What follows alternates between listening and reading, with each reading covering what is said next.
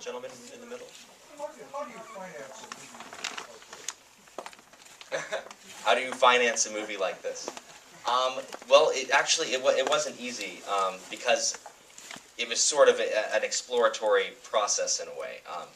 Because at first I wanted to do a movie about all these different chefs, and I couldn't really figure out how to pitch it other than just say I want it to be the Planet Earth of sushi, and then people just kind of laugh at me. By Planet Earth, I mean the BBC series Planet Earth with the pretty photography and everything. So what I ended up doing was I just, I had some money that I had saved up, and then I borrowed some money from my parents and grandparents, and went out and shot with a bunch of camera equipment and just started filming Jiro every day and kind of developing the story like that. And I had kind of a general treatment of what I wanted to include, and a lot of the themes that I initially set out to include are in the film. But then I came back and I was able to make a 10-minute clip of what the movie felt like. And then from there, I was able to get a couple of producers to join me on the project, and they were able to raise the rest of the money through private equity. So I think the best way to get a documentary financed is to start shooting it on spec, and then have a demo of it. And then that's the easiest way to convince somebody to give money to, because then they'll understand what the movie feels like. And I think that's very important. I just want to point out that you're talking about feel. That's the quality coming off the screen. I mean, the combination, all the technical and aesthetic aspects of how you shot the events and the craft, and using the music and how it's edited, it's wonderful, and it's really tremendous. Thank you. Another question? Yes, sir?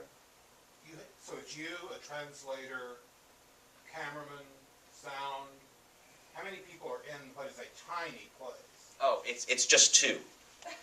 It's me, and I'm the cameraman, and I'm directing, I'm the cameraman, and I'm the sound recordist. And I'm the grip. Well, I wondered, I couldn't see it normally. Yeah. It would be impossible. You're absolutely right. And yeah, so it was just me and the translator. And we would just work together, and she had a little bit of experience in cinema, so she would pass me lenses back and forth and stuff while we were doing the interviews. And so it was very it was a bit of a struggle, sometimes. But yeah, I think it was very important to keep, we wanted kind of the fly on the wall kind of, well, I just didn't want to get in their way was the main problem, because I have a big camera, we shot on a Red, so it was fairly sizable piece of equipment. And I always called it, we want to keep our gaijin footprint down, which is gaijin meaning foreigner. So I didn't want to bother the fish market people and, try to stay small. Well, and in the restaurant, it appeared that you were never in there when there were actually customers, except at the one sort of set piece with Yamamoto. Is that right? Yes. Well, I didn't want to disturb their customers. People are coming; they're spending a lot of money. They don't want like a camera in their face. So we had to kind of work around their schedule. So at a certain point, they would kick me out of the restaurant, and then I could come back after a couple hours. And so you did the setup with Yamamoto and how Yeah, many? that big meal, Yamamoto invited a bunch of people over, so we could film everybody. It works very nicely. Thank you. And you didn't have any other. Yeah, so. I may have time for just one more question. Yes, the woman here?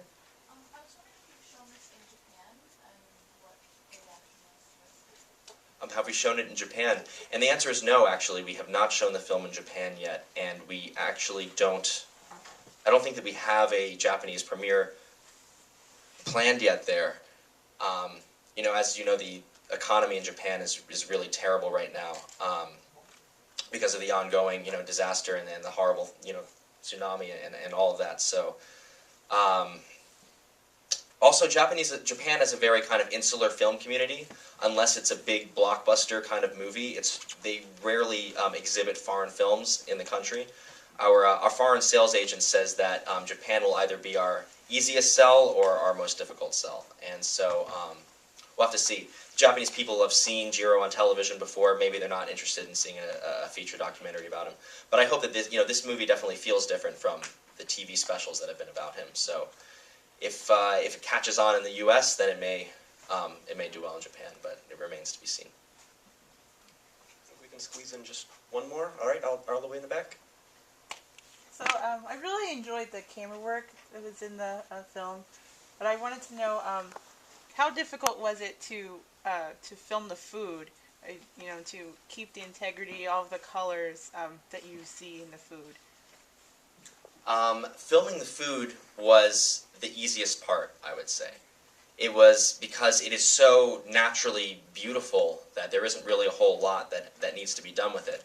I just had to white balance the camera properly, and you know, the Red is a pretty spectacular camera for you know, for its size, and it's basically you just have to shoot it with a shallow depth of field, and it'll look pretty, essentially.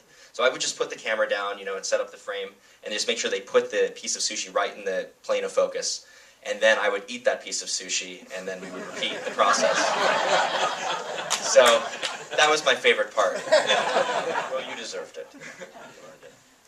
Thank you all for your terrific questions, and David, thank you for the terrific film.